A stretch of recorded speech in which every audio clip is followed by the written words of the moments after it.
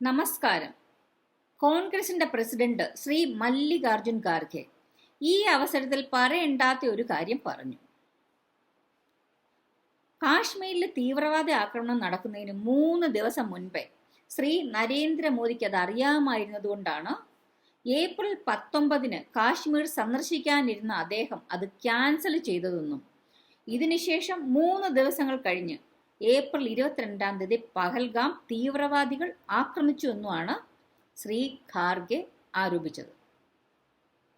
India മൊത്തം യുദ്ധത്തിന്റെ ആശങ്കയിൽ വിഷമത്തിലിരിക്കുന്ന ഈ സന്ദർഭത്തിൽ ഇന്ത്യയിലെ എല്ലാ ജനങ്ങളും ജാതി മത ഭേദമന്യേ രാഷ്ട്രീയ പാർട്ടികളും എല്ലാം ഒന്നിച്ചു ചേർന്ന് ഇന്ത്യക്ക് ഐക്യദാർഢ്യം കൊടുക്കേണ്ട ഈ ഒരു അവസരത്തിൽ ശ്രീ മല്ലികാർജുൻ ഖാർഗെ ഇത് പറഞ്ഞത്, ഈ ആരോപണം വളരെ പരിതാപകരമാണ്. ഇന്ത്യയുടെ സുരക്ഷാ സംവിധാനങ്ങളുടെ മികവുകൾ നമ്മൾ പഠിക്കേണ്ടത്, മനസ്സിലാക്കേണ്ടത് താരതമ്യങ്ങളിലൂടെയാണ്. എന്നാൽ പിന്നെ നമുക്കിന്ന് BJPയുടെ ഭരണസമയത്തും കോൺഗ്രസിന്റെ ഭരണസമയത്തും ഒക്കെയുള്ള സുരക്ഷാ സംവിധാനങ്ങളുടെ മികവുകളൊന്ന് താരതമ്യം ചെയ്താലോ? 2010 മുതൽ 14 വരെ കോൺഗ്രസിന്റെ ശ്രീ മൻമോഹൻ സിംഗിന്റെ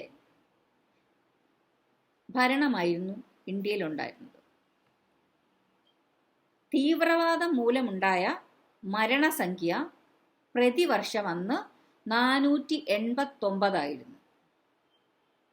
2014 മുതൽ 19 വരെയുള്ള ശ്രീ മോദിജിയുടെ ഭരണസമയത്ത് പ്രതിവർഷം ഇത് 366 കുറഞ്ഞു.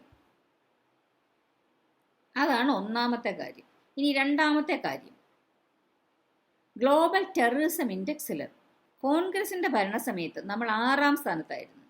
ഇന്ന് 2025 നോക്കുവാണെങ്കിൽ ഗ്ലോബൽ ടെററിസം ഇൻഡെക്സിൽ ഇന്ത്യയുടെ സ്ഥാനം 14ാമതാണ്. ഇത് സൂചിപ്പിക്കുന്നത് ഇന്ത്യയിലുടനീളം നടന്ന തീവ്രവാദ ആക്രമണങ്ങളുടെ സംഖ്യയും തീവ്രവാദം മൂലമുണ്ടായ മരണസംഖ്യയും തീവ്രവാദം മൂലമുണ്ടായ ആഘാതവും കോൺഗ്രസിന്റെ സമയത്തേക്കാൾ ഇന്ന് 2025 കുറവാണെന്നാണ് അത് സൂചിപ്പിക്കുന്നത്. ഇനി ഈ സുരക്ഷാ സംവിധാനങ്ങളുടെ കുറവും സുരക്ഷാ മുന്നറിയിപ്പുകൾ അവഗണിച്ചതും ഒന്നും നേരത്തെ ഉണ്ടായിട്ടില്ലേ? 2008 മുംബൈ തീവ്രവാദ ആക്രമണ സമയത്ത് എന്താണ് സംഭവിച്ചത്? മുംബൈയിൽ ഭീകരാക്രമണം നടക്കുന്നതിന് മാസങ്ങൾക്ക് മുൻപ് തന്നെ US-ന്റെയും ബ്രിട്ടന്റെയും ഇന്റലിജൻസ് ഏജൻസികൾ നമ്മുടെ ഇന്ത്യയുടെ ഇന്റലിജൻസ് ഏജൻസിക്ക് മുന്നറിയിപ്പ് കൊടുത്തിരുന്നു, ഇന്ത്യയിൽ ആക്രമണം നടക്കാൻ സാധ്യതയുണ്ടെന്ന്. ഇത് ന്യൂയോർക്ക് ടൈംസ് റിപ്പോർട്ട് ചെയ്തിട്ടുണ്ട്. മുംബൈയിലെ താജ് ഹോട്ടൽ അടക്കം 6 കേന്ദ്രങ്ങൾ പാക് തീവ്രവാദ ബന്ധമുള്ള തീവ്രവാദികൾ ആക്രമണം നടത്താൻ വേണ്ടി ലക്ഷ്യമിടുന്നതായിട്ട് US ഏജൻസികൾ നമ്മുടെ ഇന്ത്യയുടെ രഹസ്യാന്വേഷണ ഏജൻസികളെ അറിയിച്ചിരുന്നു. ഇതൊക്കെ അറിഞ്ഞതിന് ശേഷവും ഈ താജ് ഹോട്ടൽ ഉൾപ്പെടെ 89ഓളം കേന്ദ്രങ്ങൾ തീവ്രവാദികൾ ആക്രമിച്ച് ഒരുപാട് ആൾക്കാരെ കൊന്നുകളഞ്ഞു. ഇത് സുരക്ഷാ വീഴ്ചയല്ലേ? ഇവിടെ സുരക്ഷാ മുന്നറിയിപ്പ് ഒന്നും ലഭിച്ചിരുന്നില്ലേ? ഇനി അടുത്ത കാര്യം, പാക് തീവ്രവാദ ബന്ധമുള്ള ഒരു കപ്പല് ഇന്ത്യൻ ജലാതിർത്തിക്കടുത്ത് പാകിസ്ഥാന്റെ കടലിൽ നങ്കൂരമിടുന്നതായിട്ട് US-ന്റെ ഇന്റലിജൻസ് ഏജൻസികൾ ഇന്ത്യയുടെ ഇന്റലിജൻസ് ഏജൻസി അറിയിച്ചിരുന്നു. ഇതറിഞ്ഞ ഭീകരവിരുദ്ധ പ്രവർത്തനത്തിലുള്ള ഒരു മുതിർന്ന ഉദ്യോഗസ്ഥൻ പറഞ്ഞത് അത് പാകിസ്ഥാന്റെ ജലാതിർത്തിയിലാണ്, നമുക്കൊന്നും ചെയ്യാൻ പറ്റത്തില്ലെന്നുള്ളതാണ്.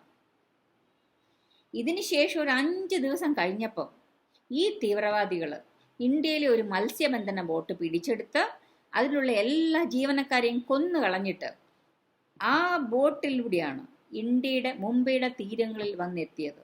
അതിനുശേഷം മുംബൈയുടെ തെരുവിലിറങ്ങി ഒരു 3 ദിവസം അടുപ്പിച്ച് നവംബർ 26 മുതൽ 29 വരെയുള്ള 3 ദിവസം പല സ്ഥലങ്ങളിൽ ആക്രമണം നടത്തി ഒരുപാട് പേരെ കൊന്നുകളഞ്ഞു. ഇത് സുരക്ഷാ വീഴ്ചയാണോ? ഇത് സുരക്ഷാ സംവിധാനം ഇല്ലാത്തതാണോ? എന്താണ് നിങ്ങൾക്ക് തോന്നുന്നത്? ഇനി വേറെ പല രാജ്യങ്ങളിലേക്കും നമുക്ക് നോക്കാം. അമേരിക്കയിലെ 9/11 അറ്റാക്ക്, തീവ്രവാദികൾ 3 വിമാനങ്ങളാണ് റാഞ്ചി എടുത്തിട്ട് അതിൽ 2 വിമാനം വന്ന് വേൾഡ് ട്രേഡ് സെന്ററിൽ ഇടിച്ച് അത് കത്തിക്കൊണ്ടിരിക്കുമെന്ന് തന്നെയാണ് 3ാമത്തെ വിമാനവും വന്നത്. എന്തായാലും അത് വെടിവെച്ചിട്ടതുകൊണ്ട് പെന്റഗൺ നശിച്ചില്ല. പക്ഷെ ആ വിമാനത്തിലുണ്ടായിരുന്ന എല്ലാ മനുഷ്യരും മരിച്ചുപോയി. അമേരിക്കയ്ക്ക് സുരക്ഷാ സംവിധാനങ്ങൾ ഒന്നുമില്ലേ? സുരക്ഷാ ഇന്റലിജൻസ് ഏജൻസികൾ ഒന്നുമില്ലേ?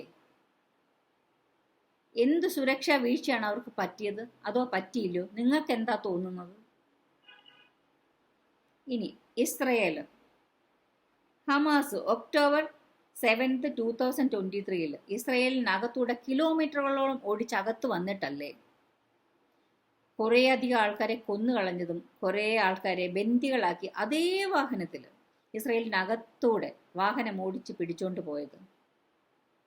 ലോകത്തിലെല്ലാവരും നല്ലതെന്ന് പറയുന്ന, മികച്ചതെന്ന് പറയുന്ന മൊസാദ് പോലത്തെ ഇന്റലിജൻസ് ഏജൻസിയും നല്ല സുരക്ഷാ സംവിധാനവുമൊക്കെ അവർക്കില്ലേ? ഇത് സുരക്ഷാ വീഴ്ചയാണോ അല്ലയോ? ലോകത്തെല്ലാ രാജ്യങ്ങളിലും എല്ലാ ഗവൺമെന്റിനും ഇത്തരം വീഴ്ചകൾ സംഭവിക്കാം, സംഭവിക്കാതിരിക്കാം. ചിലപ്പോഴൊക്കെ ഇതൊക്കെ ഒരു ആരോപണങ്ങൾ മാത്രമായി തീരുകയാണ് പതിവ്. ഈ ഒരു അവസരത്തിൽ ശ്രീ നരേന്ദ്രമോദി ഭരിക്കുന്ന ഗവൺമെന്റിന് മാത്രമേ സുരക്ഷാ വീഴ്ച സംഭവിക്കൂ എന്ന് നിങ്ങൾ പറഞ്ഞുകൊണ്ടിരുന്നാൽ അത് തികച്ചും ബാലിശമായി പോകും.